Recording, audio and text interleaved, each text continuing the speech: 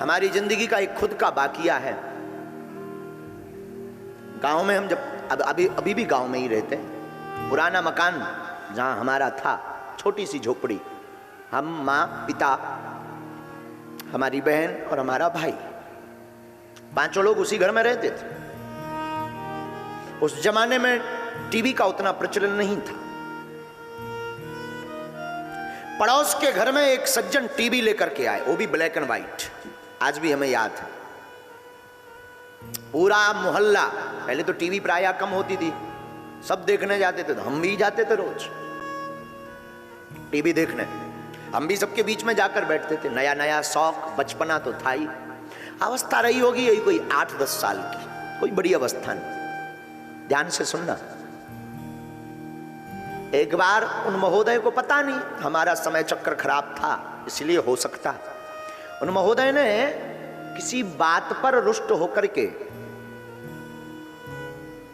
हमसे तो डायरेक्ट नहीं कहा, और बगल में बैठी अपनी मां से कहा कि ये रोज रोज आ जाते हैं देखने के लिए, बंद करो टीवी। और टीवी उन्होंने बंद कर दी। हम खड़े भये। हमारा समय विचित्र था उस वक्त। बचपन से ही भावनाएं हनुमान जी के प्रति खूब दृढ़ थी, तो याद आ गई हमें वो बात कि बन जाते हैं लाखों रिश्ते जब पैसा पास होता है, टूट जाता वो रिश्ता गरीबी में जो सबसे खास होता है। हमने उनको कुछ बोला नहीं, हमने ये भी नहीं कहा कि हम चले जा रहे, ये भी नहीं बोला कि हमारे कारण आपने टीवी क्यों बंद कर दी, हमने ये भी नहीं बोला कि हम आज से नहीं आएंगे, बहुत हो गया, नहीं। मुस्कुरा कर, अच्छा जी सीताराम।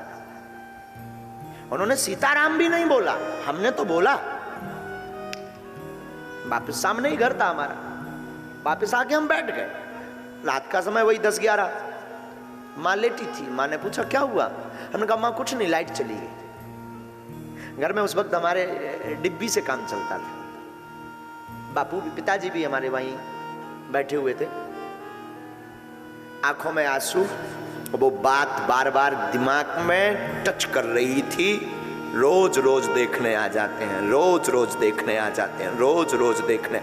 एकांत कोने में वहां एक मैदान सा था, कोई क्योंकि हमारा जो पुराना मकान था ना वो गांव के एकदम लास्ट में, आप गए ना, एकदम लास्ट में। तो एकांत में हम जाकर के बैठे, खूब आंसू पहुंचे, लगभग 1.5 घंटे तक। खबर से सुनना, हो सके तो तुम अपनी जिंदगी में इस बात को उतारना। हमने तो भोगा है, ईश्वर करे तुम्हें कभी ना ये भोगना पड़े।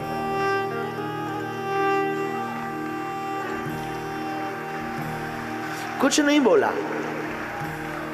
मौन होकर के हमने प्रण लिया कि अब अपनी जिंदगी में हम टीवी तब देखेंगे जब अपने बाप की होगी, नहीं तो लौट कर देखेंगे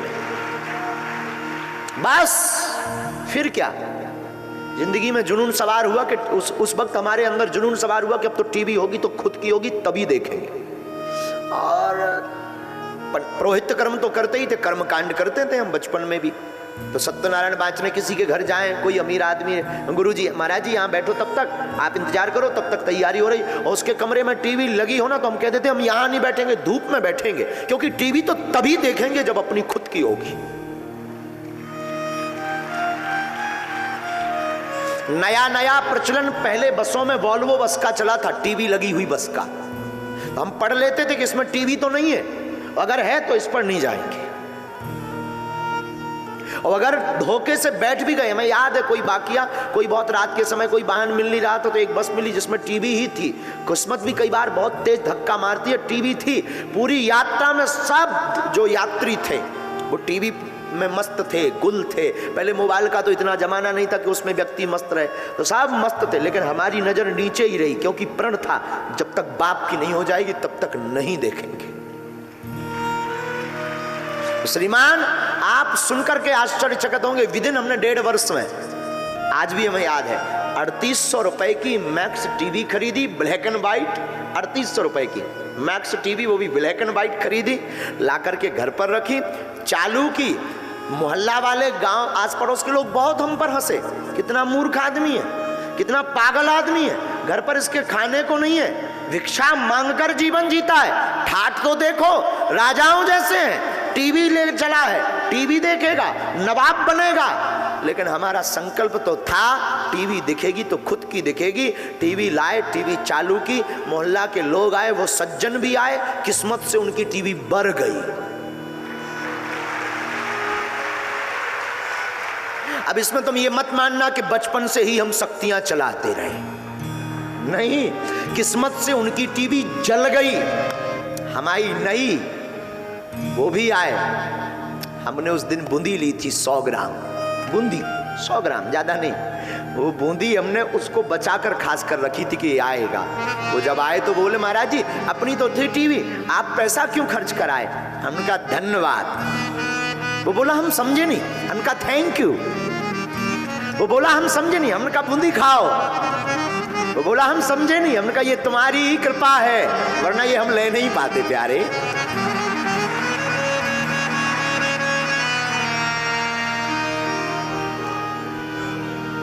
और अब ये जिंदगी है साधु, जिंदगी में लक्ष्य हो और गुरु कृपा हो। तो उसने टीवी के लिए भगाया था, टीवी भी खरीदी, और साधु आज टीवी पर भी आ रहे हैं।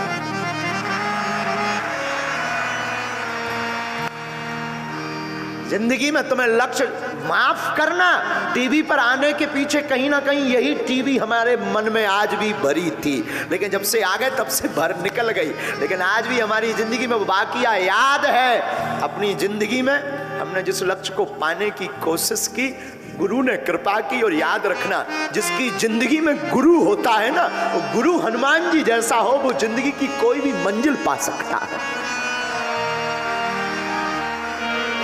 कोई भी मंजिल। इसलिए मेरे पागलों, तुम घबराना मत। अशोक नगर के युवाओं से कहेंगे तुमने आईएएस, आईपीएस, सिविल सर्विसेज या बहुत बड़ा सनातन धर्म का संरक्षक बनने का सपना देखा है तो मत टूटना, मत डिगना, मत बहकना। उठो, जागो, करो मेहनत। हनुमान जी के चरण पकड़ के एक दिन ऐसा आएगा, कामयाबी शोर मचाएगी।